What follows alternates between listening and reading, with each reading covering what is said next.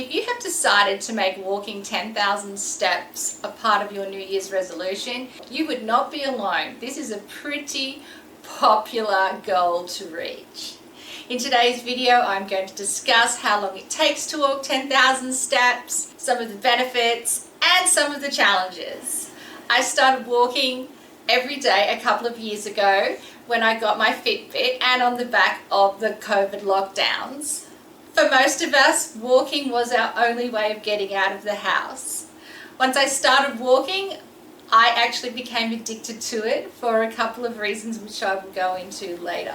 When we look at walking 10,000 steps, it is definitely a really great goal to have. Yes, the health benefits have been proven to really kick in around the 7,000 to 8,000 mark, and it's not necessarily something that you need to hit 10,000 in order to get the health benefits of walking every day, such as cardiovascular fitness, blood pressure control, etc. However, walking those extra couple of thousand and hitting the 10,000 is going to help you overall build your fitness, improve muscles, and burn extra calories and hopefully lose some weight if that is your goal.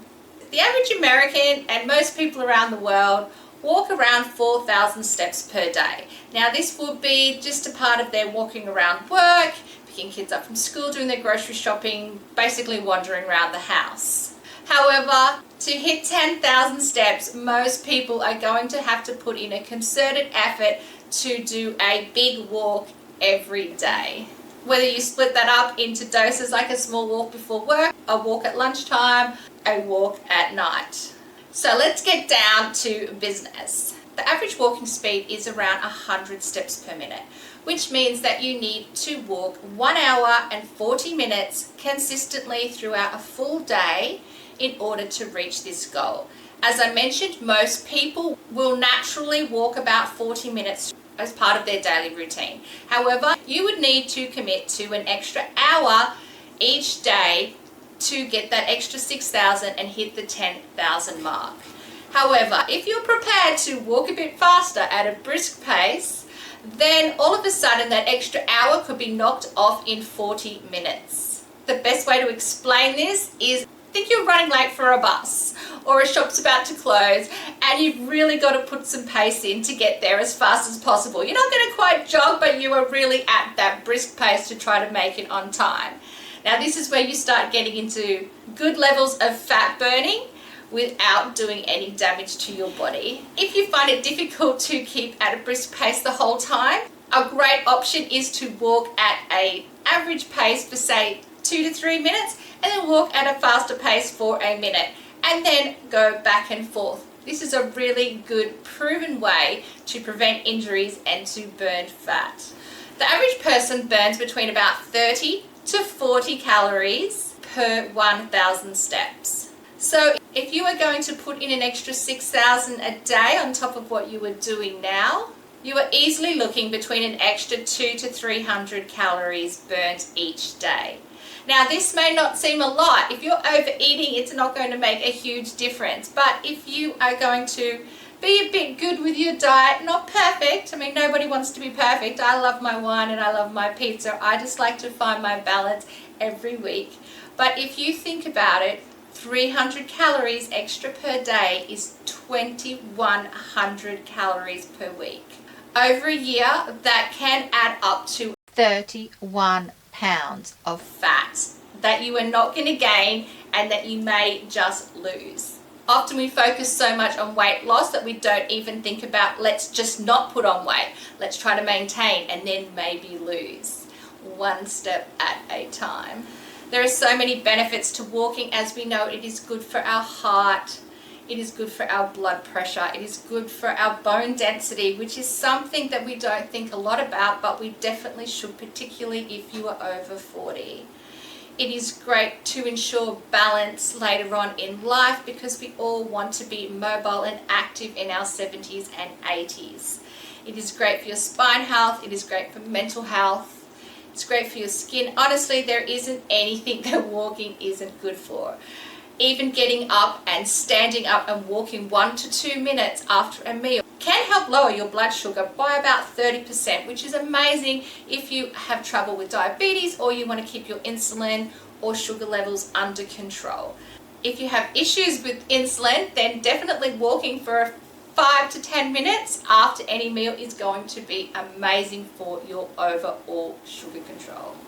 There are ways that you can boost your walking, such as I mentioned before, with interval walking, going faster and slower. You can add a backpack with a couple of water bottles in it, or you can try and find different terrain between flat terrain and more steep terrain. You can also throw in some backward steps, which on their own have amazing benefits, which I've mentioned in another video that you can check out on my channel.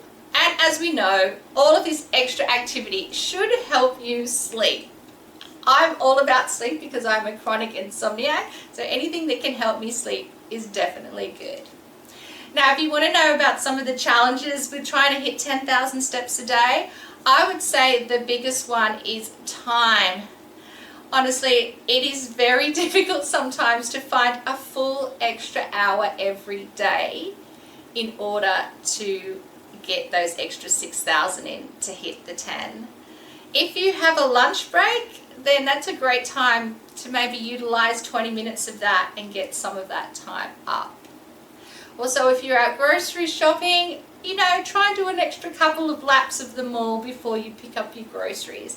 Every little bit counts. Park further away and, take back that trolley. Use the steps where you can. Just try not to be lazy. Just think about everything as like, I'll get up and put the dishes in the sink because it's extra steps, and this is the mindset that you have to have. It's about thinking every step counts, and overall it does. The other big challenge is definitely weather.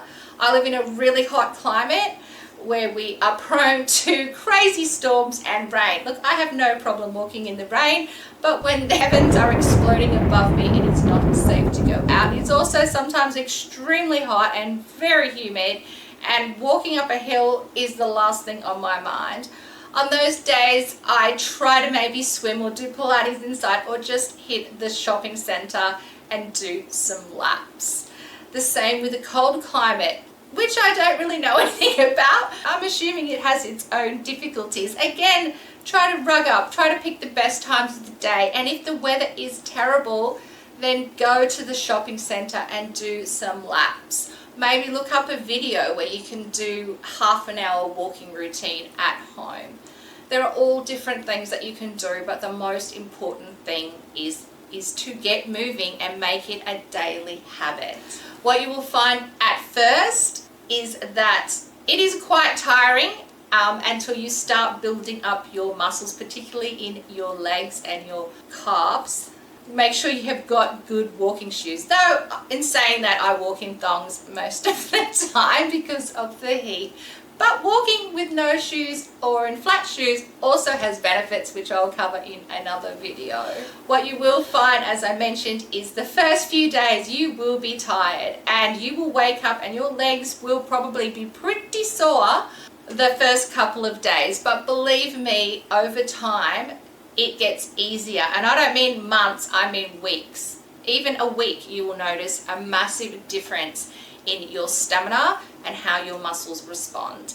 You will tone up, which is amazing, and you will build up muscles in your hips, which is wonderful, particularly if you are over 50. Very important to try to prevent falls later in life. As I mentioned, one of the main reasons I got into walking was because of COVID. I have absolutely fallen in love with walking, which is quite funny because it was not something I really enjoyed before. It wasn't something I did as an activity or for exercise.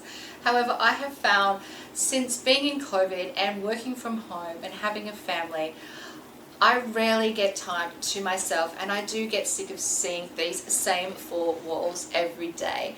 So I find it is really nice to get outside. I love walking in the rain. I live near a mountain, and every day it looks different. Sometimes there's mist and fog, or there's a full moon and it just looks beautiful, and especially if there is a breeze. I love listening to podcasts. I love blasting my music. I can put the same song on 3 times if I want to, and no one is going to say anything about it. It's a great time to make a call and catch up with a friend, or check your messages, and just get out and about and just have me time.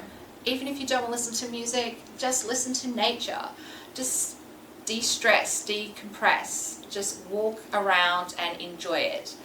If you have a day where you think, you know what, I'm too tired, I'm not in the mood today, I don't have an hour spare, that doesn't mean you do nothing.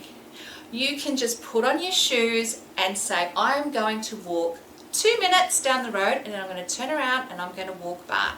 That's all you need to get started and to do something for that day. We don't have to be at 100% every day. 10% is better than nothing. But often you find that if you weren't in the mood, once you get to 2 minutes, you might get to 5, and you might even get to 10. And by then you might have just got into your zone and be in a good place. And you never know, you might hit your 30 minutes, your 40 minutes, your hour. But the main thing is to always try to do something every day. We have days when we are really sick, we are busy, and there are things that come up in our schedules that we don't expect. If you don't get out that day, don't worry about it. You know, you can, if you can't do 10,000 every day or 8,000 every day, maybe try to look at a weekly goal. Say to yourself, I want to do between 50 and 70,000 per week. And then keep a diary, and then on the weekends when you have a little bit more time, a little bit more flexibility, you might be able to go on a hike or go shopping with friends. Grab a takeaway coffee with your girlfriends instead of going out to a cafe, and have a walk and a talk.